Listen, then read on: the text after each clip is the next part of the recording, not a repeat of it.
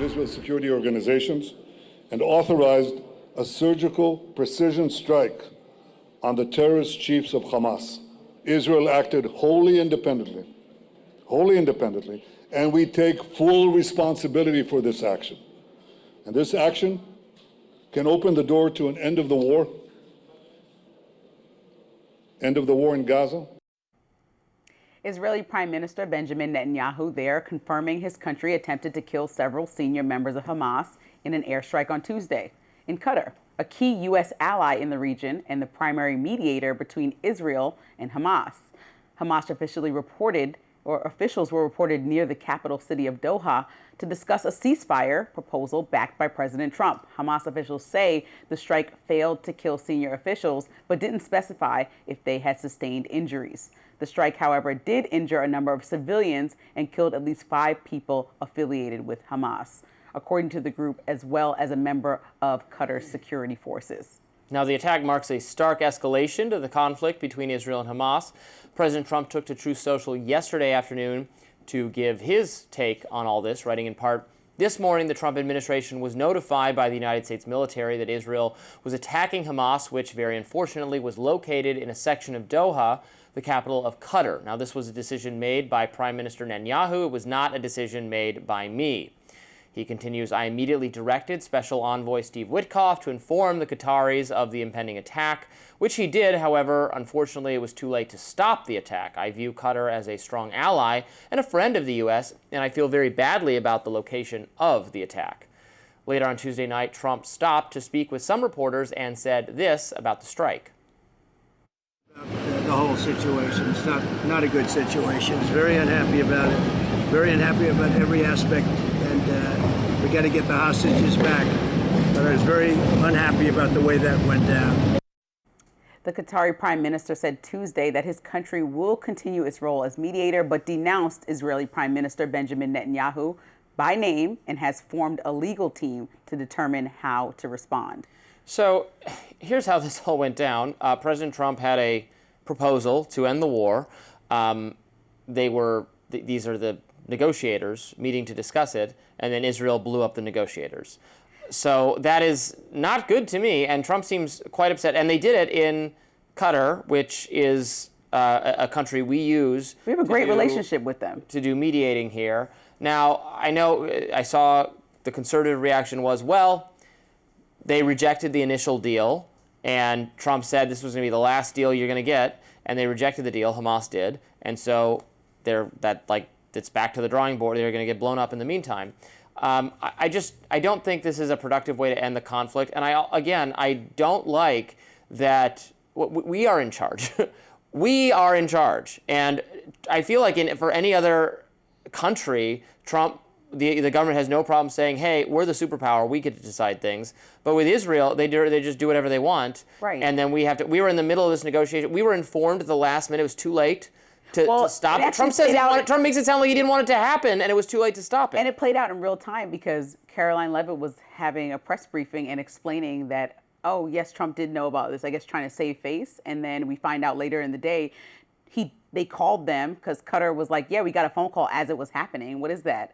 And so, don't be surprised as Washington is managing all this fallout if Qatar or other Arab nations just say, we don't want to be involved in this mediation. We're not involved. Right. When obviously, there's benefits of trying to get this solved for President Trump. And like you said, it just seems like Israel can just do whatever. I mean, innocent civilians were killed now in a different nation, which is problematic to somebody that we consider an ally. Well, the people killed were Hamas. No, but there were other people in the bill. Like one of them was a civilian that was killed. So, and then we violated sovereignty and also possibly damaged the relationship, even though Qatar said they're going to continue going forward. They don't have to. Right. I don't think we actually damaged the relationship. I think Qatar doesn't care, frankly, about people in Hamas getting blown up. I don't think the leaders of the Arab nations don't actually care about the plight of the Palestinians. Their people do, so they have to pretend to care. That's the sad reality of this. They don't want to take them. Nobody.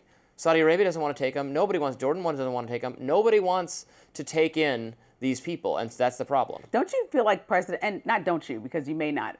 I feel that President Trump is almost emboldening Benjamin Netanyahu because he's saying things on Truth Social like last warning, accept the deal. Like the last warning was last week or early this week. He said last Yeah, they morning. didn't take it, And so then this is like, and I'm not even trying to be funny, but this is that Trump always chickens out issue, because you're saying, and that's the word taco, you're saying one thing, and then now you're surprised that Well, how is it? No, Netanyahu the was opposite. emboldened to do anything No, about it. he said it's the somebody last says deal. They morning, didn't take it, and so they got blown up. Exactly. So if somebody says last warning, and then the president's acting like, oh, this is very bad. I was so caught off guard. This is not what I like. Like, well, you empowered him to continue Right. on. You said last warning, sternly. I'm not going to say it again. Qatar that, we're all cool, and hopefully a signal to Hamas that they need to release the hostage. I mean, I agree with President Trump on what should happen. Release the hostages, give up power, or Israel is going to continue to try to kill all of you and to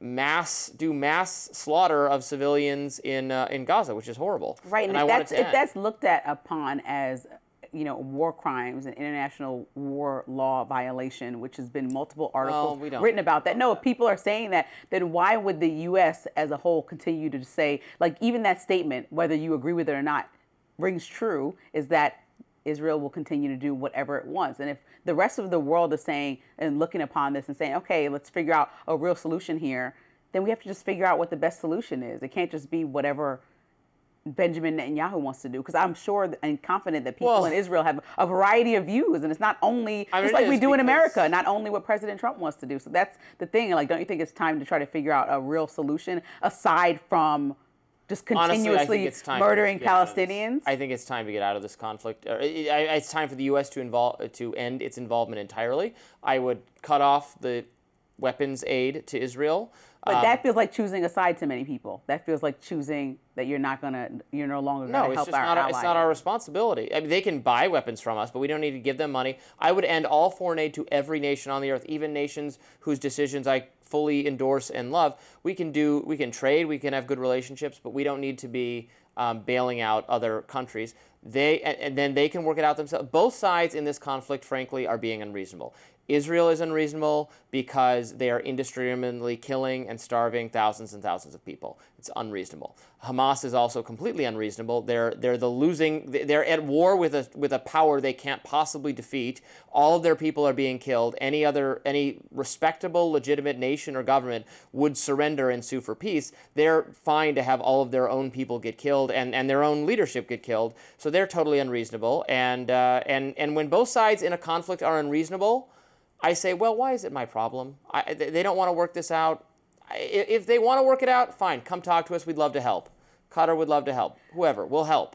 But if you don't want to do that, then we're not going to do anything. And because we're involved in this, right? And like we have an air base in Qatar, thousands and thousands of people. Like, let's say at any point, like they continue to attack wherever we find out, right? Because this is public information about these negotiations, because we're considering that a peaceful location to get them done, right? That's why it's public information. Otherwise, I'm sure they would have, if they would have known something like this was on the table, we probably wouldn't even known that these negotiations were happening and where.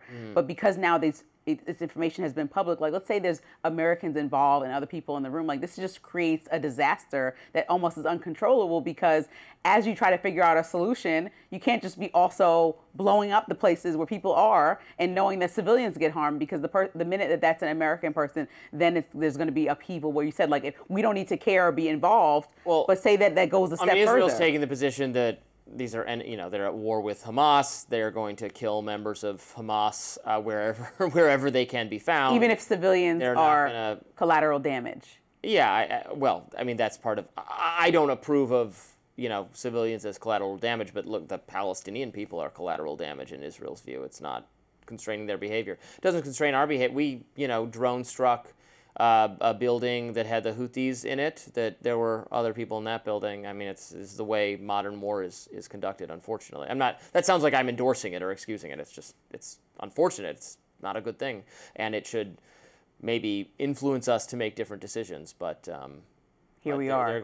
They're saying that, if Hamas terrorists are in your building, in your country, you're harboring them, then we don't have to abide by any kind of, we're going to kill them anyway. That's the Israeli position. And I think like you said, we're either going to have to step away from this, or Benjamin Netanyahu has to have a conversation with Trump about how they like to move forward, since that's our ally. Well, right, and they're not willing to do that. They're going to conduct this war in whatever way they see fit, is what I can tell. Where they don't feel constrained by our behavior or by our desires to have them, rein this in. Trump has tried at various times to really put forth a peace plan to get there was a ceasefire in place. He's trying, and it's just it's difficult because these are these are militants that have been fighting each other for, in some sense, thousands of years. So why did we think we were going to come in and get them to stop fighting? When they're ready to stop fighting, we're there to help. But if they want to keep fighting, I would just like to be uninvolved. And I think most of the American people would as well. Yeah. Next up on Rising, street artist Banksy's true identity could be exposed. We'll be right back after this.